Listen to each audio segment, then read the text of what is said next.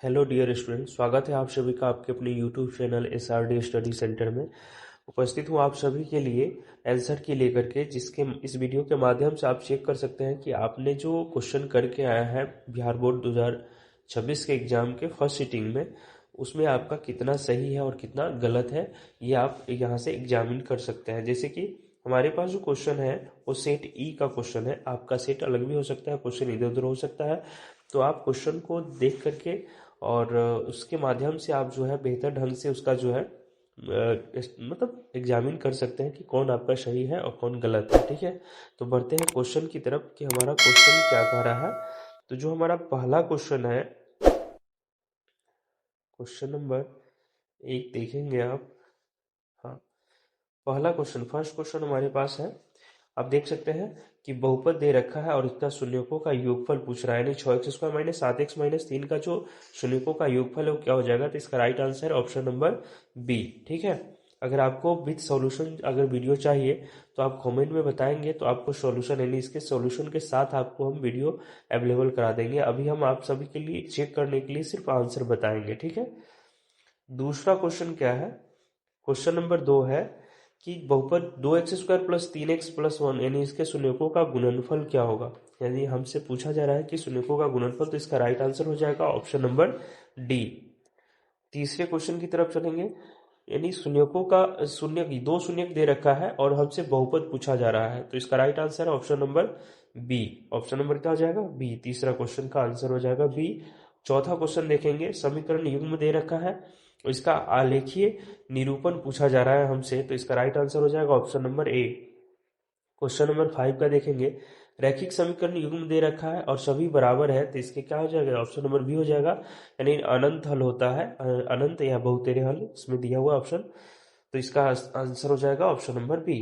Question number 6 है कि रैखिक समीकरण युग्म दे रखा है और इसका आलेखीय आलेखीय निरूपण यदि समांतर रेखाएं हो तो क्या हो जाएगा। तो समांतर रेखा ऑप्शन नंबर क्या हो जाएगा, सी हो जाएगा इसका राइट आंसर। A1/A2 बराबर है B1/A, लेकिन बराबर नहीं है C1/C2 के। ठीक है, क्वेश्चन नंबर 7 देखेंगे कि यदि दो संख्याओं का योगफल और अंतर दे रखा है तो इनका गुणनफल पूछा जा रहा है, तो इसका राइट आंसर ऑप्शन नंबर ए है, 45 हो जाएगा। क्वेश्चन नंबर 8 है कि यदि शांत जल में नाव की चाल 8 किलोमीटर प्रति घंटा हो तो धारा की चाल अगर 3 किलोमीटर प्रति घंटा हो तो धारा की प्रतिकूल आपेक्षिक चाल क्या होगा। तो इसका right answer option number B है ना। प्रतिकूल पूछ रहा है तो 5 हो जाएगा, अगर यही अनुकूल पूछता तो 8 3 11 हो जाता। तो आपका ऑप्शन नंबर बी सही है। क्वेश्चन नंबर 9 है कि चर x में ax² plus bx plus c बराबर 0 द्विघात समीकरण कहलाता है, जहां a b c क्या एक वास्तविक संख्या है, तो इसमें हो जाएगा option number A not equal to 0 होगा। क्वेश्चन नंबर 10 है कि द्विघात समीकरण 5x² माइनस 6x माइनस 2 का विवेचक क्या होगा, तो इसका right answer option number B 76 हो जाएगा। ठीक है, 10 का बी हो जाएगा। अगला क्वेश्चन 11 नंबर, निम्नलिखित में से किस प्रकार की सभी त्रिभुज समरूप होते हैं, तो इसका right answer option number C, यानी जो समबाहु त्रिभुज होते हैं वो समरूप होते हैं। ठीक है, अगला क्वेश्चन 12 नंबर कि समान भुजाओं वाले दो बहुभुज समरूप हो तो उनकी संगत भुजाओं में संबंध होगा, तो संगत भुजाएं क्या होंगे, समानुपाती होगा। ऑप्शन नंबर बी इसका राइट आंसर हो जाएगा। ठीक है, अगला क्वेश्चन है 13 नंबर कि दो समरूप त्रिभुजों के क्षेत्रफलों का अनुपात यानी 4:9 है तो उनकी संगत भुजाओं का अनुपात क्या हो जाएगा, तो इसका राइट आंसर हो जाएगा ऑप्शन नंबर डी 2:3 हो जाएगा। ठीक है, अगला क्वेश्चन देखेंगे, क्वेश्चन नंबर 14 कह रहा है कि दो समरूप त्रिभुज एक ABC समरूप है DEF के, तो इसका राइट आंसर क्या हो जाएगा। यानी देखिए यहाँ पे दोनों भुजाओं का अनुपात दे रखा है 3:5, जबकि यहाँ पे उल्टा कर दिया है तो ये 5:3 हो जाएगा। ठीक है, यानी ऑप्शन नंबर डी आपका राइट आंसर है। ठीक है, अगला क्वेश्चन देखेंगे, क्वेश्चन नंबर 15 दो समरूप त्रिभुज है, इनकी परिमिति दे रखा है 32 और 24 है ना। तो यदि ए बी बराबर 10 हो तो पी क्यू का मान क्या होगा, यानी यहाँ से हमसे पूछा जा रहा है कि पी क्यू का मान बताइए, तो इसका राइट आंसर हो जाएगा ऑप्शन नंबर सी 15/2 हो जाएगा। उसके बाद है क्वेश्चन नंबर 16 कि टू ए भुजा वाले समबाहु त्रिभुज की ऊंचाई क्या होगा, तो इसका right answer option number D A√3 centimetre हो जाएगा।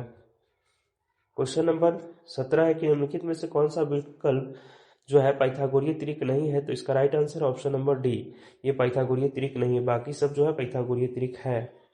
क्वेश्चन नंबर 18 है कि 6√3 सेंटीमीटर ऊंचाई वाले समबाहु त्रिभुज का क्षेत्रफल क्या हो जाएगा? तो इसका राइट आंसर है ऑप्शन नंबर बी, है ना। 18 का राइट आंसर है option number B, 36√3 centimetre square. Question number 19 है कि यदि त्रिभुज के किसी कोण का समद्विभाजक अपने सामने की भुजा को समद्विभाजित करता है तो त्रिभुज क्या होगा? तो इसका राइट आंसर हो जाएगा ऑप्शन नंबर सी, समद्विबाहु त्रिभुज कहलाएगा।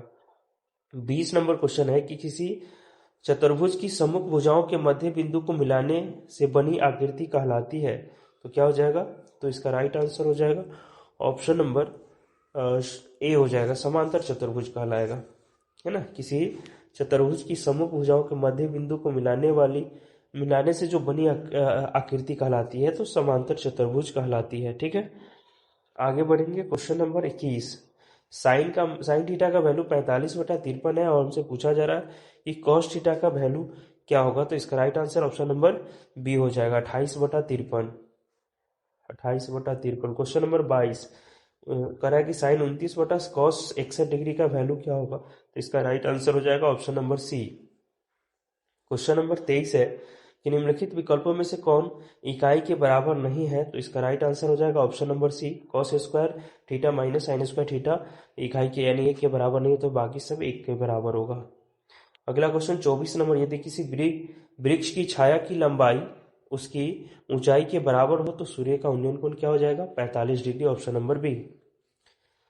क्वेश्चन नंबर 25 है कि cos थीटा का मान sin थीटा के रूप में क्या होता है? तो इसका राइट आंसर ऑप्शन नंबर ए, 1 - sin स्क्वायर थीटा के बराबर हो जाएगा, ठीक है। आगे बढ़ेंगे। क्वेश्चन नंबर 26 है कि यदि सेक थीटा और cos थीटा बराबर हो तो थीटा का वैल्यू क्या हो जाएगा? 45 डिग्री, ऑप्शन नंबर बी हो जाएगा। क्वेश्चन नंबर 27 है कि sine square 30 degree plus cos square 60 degree और माइनस कॉट स्क्वायर 45 डिग्री का वैल्यू क्या हो जाएगा? तो इसका राइट आंसर हो जाएगा ऑप्शन नंबर बी, -1/√2। यहाँ 28 नंबर क्वेश्चन है कि √3 tan थीटा बराबर 1 हो तो थीटा का वैल्यू क्या हो जाएगा? तो थीटा का वैल्यू 30 डिग्री हो जाएगा, ऑप्शन नंबर ए राइट आंसर हो जाएगा। अगला क्वेश्चन है क्वेश्चन नंबर 29 की cot a plus 1/cot a बराबर 2 हो तो tan square a plus 1/tan square a का वैल्यू क्या हो जाएगा? तो इसका राइट आंसर हो जाएगा ऑप्शन नंबर सी, यानी 2 इसका राइट आंसर होगा। क्वेश्चन नंबर 30 है कि sine 4 theta minus cos 4 theta बराबर क्या हो जाएगा? तो इसका राइट आंसर है ऑप्शन नंबर डी, है ना। ऑप्शन नंबर क्या हो जाएगा? डी हो जाएगा, ठीक है। आगे बढ़ते हैं। क्वेश्चन नंबर 31 कह रहा है कि किन्हीं दो धनात्मक पूर्णांक a और b के लिए यूक्लिड विभाजन प्रमेय के अनुसार अद्वितीय पूर्णांक जो q और r होते हैं तो समीकरण a बराबर bq प्लस r को संतुष्ट करते हैं, जहां तो इसका राइट आंसर हो जाएगा ऑप्शन नंबर बी, r जो होगा 0 से बड़ा या बराबर, जबकि b से क्या हो जाएगा? छोटा होगा, ठीक है। आगे बढ़ते हैं। क्वेश्चन नंबर 32 यूक्लिड विभाजन एल्गोरिथम के अनुसार 867 तथा 255 का मौसा क्या हो जाएगा? तो इसका right answer option number D, 51 हो जाएगा, ठीक है। आगे बढ़ते हैं। क्वेश्चन नंबर 33 कह रहा है कि 7429 के अभाज्य गुणनखंडों का गुणनफल होगा, तो इसका राइट आंसर ऑप्शन नंबर ए है ना, 17 × 29 × 23। अगला क्वेश्चन देखेंगे। क्वेश्चन नंबर 34, यदि दो संख्या ए और बी का लसा और मौसद सी और डी दिया हो तो क्या हो जाएगा? तो क्या हो जाएगा? दोनों संख्याओं का गुणनफल बराबर लसा गुने मौसा, ऑप्शन नंबर सी इसका राइट आंसर है।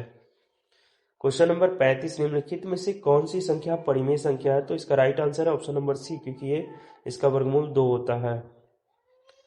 क्वेश्चन नंबर 36, वैसी संख्या है जिसका व्यापक रूप p/q होता है जहां p और q पूर्णांक है लेकिन q ≠ 0 कहलाती है परिमेय संख्या, ऑप्शन नंबर सी हो जाएगा। 37, वैसी संख्या जिसका दशमलव प्रसार न तो शांत हो न आवर्ती कहलाती है तो परिमेय संख्या कहलाती है, ऑप्शन नंबर ए हो जाएगा इसका राइट आंसर।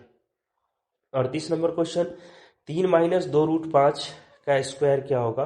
तो ये हो जाएगा ऑप्शन नंबर ए, 29 - 12√5 हो जाएगा। क्वेश्चन नंबर 39 में है कि x² - 4x + 3 का गुणनखंड होगा, तो इसका right answer option number C हो जाएगा। 39 का ऑप्शन नंबर सी, है ना, x - 1 और x - 3 होगा। अगला क्वेश्चन 40 नंबर, बहुपद x square plus 7x plus 10 का शून्यक होगा, तो इसका राइट आंसर है ऑप्शन नंबर ए -2 और -5। ठीक है। अगला क्वेश्चन 41, बिंदु इतना यानी दे रखा है 2 बिंदु 9, 3 तथा 15 और 11 के बीच की दूरी क्या हो जाएगा। इसका राइट आंसर है ऑप्शन नंबर बी 10 इकाई। क्या हो जाएगा, ऑप्शन नंबर बी हो जाएगा। ठीक है। अगला क्वेश्चन देखेंगे, क्वेश्चन नंबर 42, यहाँ पे 3 शीर्ष है और त्रिभुज की परिमिति हमसे पूछा जा रहा है। ठीक है, तो इसका राइट आंसर हो जाएगा परिमिति 56, ऑप्शन नंबर डी हो जाएगा। ऑप्शन नंबर डी 43 का हो जाएगा, मूल बिंदु से इसकी दूरी पूछा जा रहा है, तो इसका राइट आंसर है ऑप्शन नंबर डी 61। ठीक है, 61 इकाई। अगला क्वेश्चन है क्वेश्चन नंबर 44, यदि बिंदु ए 3 बिंदु दे रखा है और कह रहा है कि एक रैखिक है तो क्या हो जाएगा, तो 2a बराबर b हो जाएगा। ऑप्शन नंबर सी आपका बिल्कुल राइट आंसर है। क्वेश्चन नंबर 45, 3 बिंदु है, इसको त्रिभुज का क्षेत्रफल पूछा जा रहा है, तो इसका राइट आंसर है option number C 8 centimetre square हो जाएगा। ठीक है।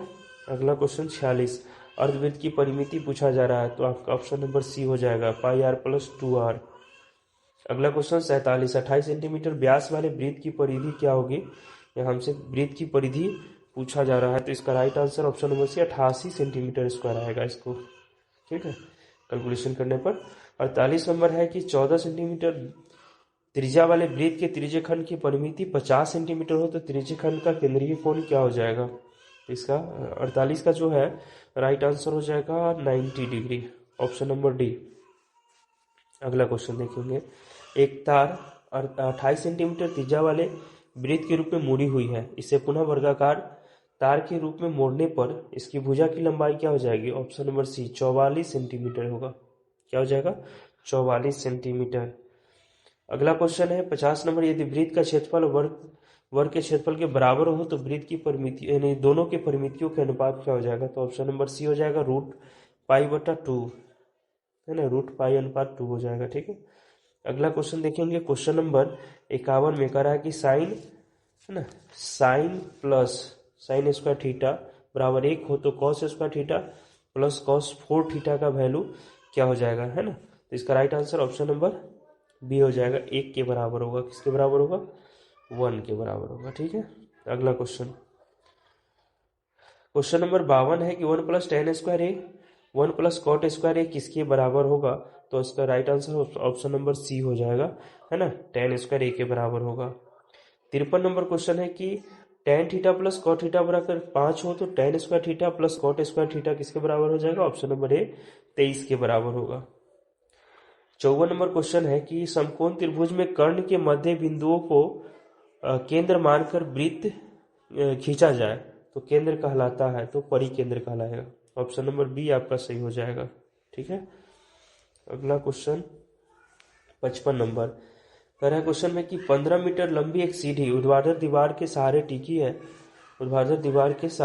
है, जो दीवार के साथ 60 डिग्री का कोण बनाती है, तो दीवार की ऊंचाई क्या होगा, तो इसका राइट आंसर ऑप्शन नंबर ए होगा।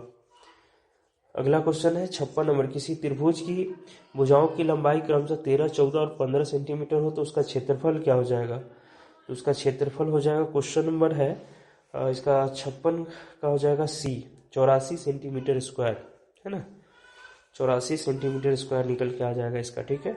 57, एक किसी कमरे की चार दीवारों का क्षेत्रफल जिसकी लंबाई, चौड़ाई और ऊंचाई क्रमशः LB/H है, तो इसका इकाई क्या हो जाएगा, है ना, यह इकाई है, तो इसका जो है क्षेत्रफल पूछा जा रहा है, तो इसका क्षेत्रफल हो जाएगा 2 × L + B × H वर्ग इकाई। ठीक है, option number C.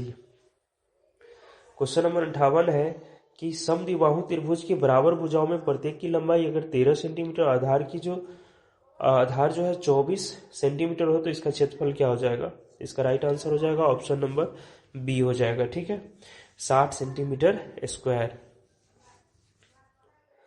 Question number 59 है कि यदि समबाहु त्रिभुज का क्षेत्रफल दे रखा है 36√3 तो इसका परिमिति क्या हो जाएगा, तो इसका राइट आंसर हो जाएगा ऑप्शन नंबर सी 36 सेंटीमीटर हो जाएगा। अगला क्वेश्चन 60 नंबर क्वेश्चन है कि किसी वर्ग के विकर्ण की लंबाई 10√2 सेंटीमीटर हो तो इसका क्षेत्रफल क्या हो जाएगा, तो इसका right answer option number B हो जाएगा, है ना, option number B 100 centimetre square. Question number 61 देखेंगे। यदि किसी बारंबारता वितरण का माध्य और बहुलक दे रखा है 28, यानी माध्य 28 है, बहुलक 16 है, तो माध्यिका हमसे पूछा जा रहा है, तो इसका राइट आंसर हो जाएगा ऑप्शन नंबर सी, यानी माध्यिका क्या हो जाएगा 24 सेंटीमीटर निकल के आ जाएगा। ठीक है, अगला क्वेश्चन देखेंगे। क्वेश्चन नंबर 62 रहा कि 24 संख्याओं का औसत शून्य है, इनमें से अधिकतम कितनी संख्या शून्य से बड़ी हो सकती है, तो इसका राइट आंसर हो जाएगा option number D 23। Question number 63 है कि एक निश्चित घटना की प्रायिकता होती है, तो इस निश्चित घटना की प्रायिकता होती है 1, ऑप्शन नंबर डी इसका राइट आंसर हो जाएगा। क्वेश्चन नंबर 64, एक पासे को एक बार उछाला जाता है तो एक अभाज्य संख्या आने की क्या प्रायिकता होगी, तो इसका राइट आंसर है ऑप्शन नंबर ए 1/2। क्वेश्चन नंबर 65, निम्नलिखित में कौन सा विकल्प किसी घटना की प्रायिकता नहीं हो सकती है, तो ये हो जाएगा ऑप्शन नंबर ए, एक से अधिक दिया हुआ है तो ये नहीं होगा, ऑप्शन नंबर ए हो जाएगा। क्वेश्चन नंबर 66 है कि यदि पी किसी घटना ई की प्रायिकता को दर्शाता है तो क्या होगा, यानी अगर ये प्रायिकता की बात करें तो क्या होता है, 0 से बड़ा या बराबर, उसके बाद में 0 से छोटा है ना, 0 से क्या होता है छोटा होता है, मेरे सॉरी 1 से छोटा 1 के बराबर हो सकता है, ऑप्शन नंबर सी इसका राइट आंसर है। अगला क्वेश्चन है 67 नंबर क्वेश्चन, कह रहा है कि एक असंभव घटना की प्रायिकता क्या होती है, एक असंभव घटना की प्रायिकता 1 से अधिक या 0 भी हो सकता है, तो 1 से अधिक ज्यादा बेटर रहेगा, ऑप्शन नंबर बी लगाएंगे आप सभी, 1 से अधिक नहीं होता है। अगला क्वेश्चन है 68 नंबर, एक पासे को एक बार उछाला जाता है तो विषम संख्या आने की प्रायिकता क्या होती है, तो विषम संख्या आने की प्रायिकता 1/2, यानी ऑप्शन नंबर सी हो जाएगा। ठीक है, अगला क्वेश्चन देखेंगे। क्वेश्चन नंबर 69 है कि 1 से 30 तक की संख्याओं के अध्यक्ष एक संख्या को चुन लिया गया तो चुनी गई संख्या अभाज्य संख्या होने की क्या प्रायिकता होगी, तो अभाज्य संख्या होने की प्रायिकता ऑप्शन नंबर बी 1/3 हो जाएगा। ठीक है, अगला क्वेश्चन देखेंगे। अगला क्वेश्चन 70 नंबर क्वेश्चन कह रहा है यदि किसी खेल की जीतने की प्रायिकता 1.4 हो तो हारने की प्रायिकता 1.6 हो जाएगा, 1 - 0.4 करेंगे आपको निकल के आ जाएगा 1.6। क्वेश्चन नंबर 71 है कि दो वृत्तों की परिधियों का अनुपात दे रखा है, उनके क्षेत्रफलों का अनुपात, तो हो जाएगा 3/9 यानी 4×4 ऑप्शन नंबर ए हो जाएगा। अगला क्वेश्चन 72 नंबर, एक त्रिज्यखंड के केंद्रीय कोण 60 डिग्री है, त्रिज्या 21 है, तो चाप की लंबाई हमसे पूछा जा रहा है, तो इसका राइट आंसर हो जाएगा option number C 22। 73 number question है कि 6 सेंटीमीटर किनारे वाले घनों के घनाभ हेतु प्रारंभ में से अंत तक जोड़ा जाता है तो परिणामी घनाभ का आयतन क्या हो जाएगा, ऑप्शन नंबर सी इसका राइट आंसर है 432 सेंटीमीटर क्यूब। क्वेश्चन नंबर 74 है कि यदि दो गोलों का पृष्ठीय क्षेत्रफल 16:9 है तो इनके आयतनों का अनुपात क्या होगा, तो इनके आयतनों का अनुपात हो जाएगा ऑप्शन नंबर बी 64:27। अगला क्वेश्चन 75 नंबर, यदि घन का संपूर्ण पृष्ठीय क्षेत्रफल 864 वर्ग सेंटीमीटर हो तो इसका आयतन कितना हो जाएगा, तो इसका राइट आंसर हो जाएगा ऑप्शन नंबर ए 75 का ऑप्शन नंबर ए हो जाएगा 728 घन सेंटीमीटर, सॉरी 1728। अगला क्वेश्चन 76, यदि घनाभ के 3 आसन फलकों यानी एक्स वाई और जेड हो तो घनाभ का आयतन क्या होगा, है ना, आसन फलकों का क्षेत्रफल दे रखा है, तो इसका right answer option number B हो जाएगा √(x, y, z). अगला क्वेश्चन है 77 नंबर क्वेश्चन कि एक बेलन की ऊंचाई 14 सेंटीमीटर है और इसका वक्र पृष्ठीय क्षेत्रफल दे रखा है, तो इसका आयतन हमसे पूछा जा रहा है, तो इसका आयतन कितना हो जाएगा 396 सेंटीमीटर की, इसका राइट आंसर होगा option number C. Question number 78 है कि निम्नलिखित केंद्रीय प्रवृत्ति में किस मान की गणना संचयी बारंबारता सारणी की आवश्यकता होती है, तो इसका राइट आंसर है माध्यिका के लिए हमको संचयी बारंबारता की आवश्यकता पड़ती है। अगला क्वेश्चन है 79 नंबर क्वेश्चन कि प्रथम 10 अभाज्य संख्याओं का माध्यिका क्या होगा, प्रथम 10 अभाज्य संख्याओं का माध्यिका हमसे पूछा जा रहा है, जो कि आपका ऑप्शन नंबर बी जो है बिल्कुल राइट आंसर हो जाएगा 12। क्वेश्चन नंबर 80 है कि सममित बारंबारता वितरण सारणी में होता है तो माध्य बराबर बहुलक बराबर माध्यिका। अगला क्वेश्चन 81 नंबर, द्विघात समीकरण दे रखा है, इसके मूलों की प्रकृति हमसे पूछा जा रहा है, तो इसका राइट आंसर हो जाएगा ऑप्शन नंबर ए, वास्तविक और असमान। वास्तविक और असमान। क्वेश्चन नंबर 82, द्विघात समीकरण bx square plus ax plus c, तो इसका विवेचक का मान क्या हो जाएगा? इसका हो जाएगा a स्क्वायर माइनस 4bc, क्योंकि a और b में चेंज कर दिया गया है, देख सकते हैं आप सभी। क्वेश्चन नंबर 83 देखेंगे हम। 83 में कह रहा है कि यदि x, y, z तथा 15 समांतर श्रेणी में है तो x प्लस y हमसे पूछा जा रहा है, तो इसका right answer option number B हो जाएगा 18। ठीक है, अगला क्वेश्चन देखते हैं। क्वेश्चन नंबर 84, अनुक्रम यानी समांतर श्रेणी दे रखा है, इसका सारवंतर पूछा जा रहा है, तो इसका राइट आंसर ऑप्शन नंबर ए हो जाएगा। 9 - 5 करेंगे 4 आ जाएगा। अगला क्वेश्चन 85, एक अनुक्रम दे रखा है और हमसे पूछा जा रहा है कि इसका 13वां पद क्या हो जाएगा, तो इसका राइट आंसर हो जाएगा ऑप्शन नंबर सी 43। 13वां पद क्या हो जाएगा? 43 हो जाएगा। ठीक है, अगला 86 नंबर क्वेश्चन हमसे पूछा जा रहा है कि प्रथम n प्राकृतिक संख्याओं का योगफल, तो इसका फॉर्मूला होता है n × n + 1/2। अगला क्वेश्चन ऑप्शन नंबर बी हो जाएगा इसका 87।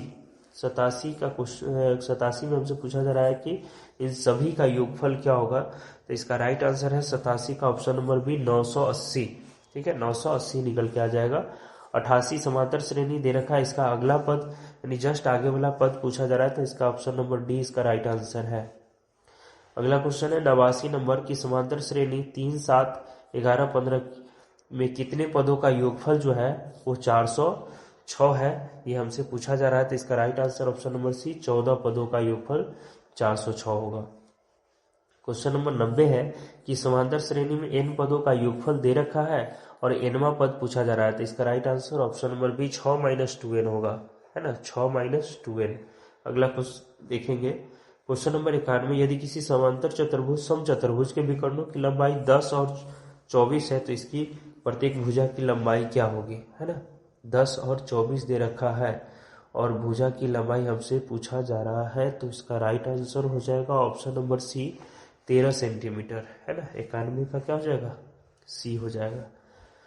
अगला क्वेश्चन है 92 नंबर क्वेश्चन है कि किसी बाह्य बिंदु से किसी वृत्त पर कितनी स्पर्श रेखाएं खींची जा सकती है, तो इसका right answer option number B हो जाएगा, 2 स्पर्श रेखाएं खींची जा सकती है। क्वेश्चन नंबर 93, यदि किसी वृत्त की त्रिज्या तथा बाह्य बिंदु पर वृत्त से खींची गई स्पर्श रेखा की लंबाई 7 सेंटीमीटर और 24 सेंटीमीटर हो, तो वृत्त के केंद्र से जो बाह्य बिंदु की जो दूरी है वो कितना हो जाएगा, तो इसका right answer option number C 25 centimetre निकल के आ जाएगा। 94 नंबर क्वेश्चन में क्या करा है, यदि किसी वृत्त की जीवा तथा त्रिज्या की जो लंबाई है वो 16 और 17 सेंटीमीटर हो, तो वृत्त की जीवा की लंबिक दूरी क्या होगा। यानी हमसे पूछा जा रहा है कि वृत्त के केंद्र से जीवा की जो लंबिक दूरी, यानी उसका जो मतलब लंब जो डाला जाएगा केंद्र से जीवा पर, उसकी दूरी कितना हो जाएगा, तो इसका right answer option number B 15 centimetre निकल के आ जाएगा। अगला क्वेश्चन है क्वेश्चन नंबर 95, चक्रीय चतुर्भुज के समूह कोणों के किसी भी युग्म का योगफल डैश समकोण होता है, तो 2 समकोण होता है 180 डिग्री। अगला क्वेश्चन है क्वेश्चन नंबर 96, निम्नलिखित रेखा युग्मों में कौन किसी वृत्त के समांतर नहीं हो सकता है। 2 जीवाएं समांतर होते हैं, एक जीवा स्पर्श रेखा समांतर हो सकता है, दो स्पर्श रेखाएं भी, लेकिन 2 व्यास, क्योंकि वो दोनों एक ही जगह, व्यास तो वही होता है जो सबसे लंबी होती है, तो वो समांतर नहीं, वो उसी पर रह जाएगा। ठीक है, तो इसका right answer option number D होगा। 97, यदि किसी वृत्त की किन्हीं 2 त्रिज्याओं के बीच का कोण 130 डिग्री हो, तो त्रिज्याओं के अंतिम सिरों पर स्पर्श रेखाओं के बीच का कोण कितना होगा, तो इसका right answer option number C 50 degree निकल के आ जाएगा।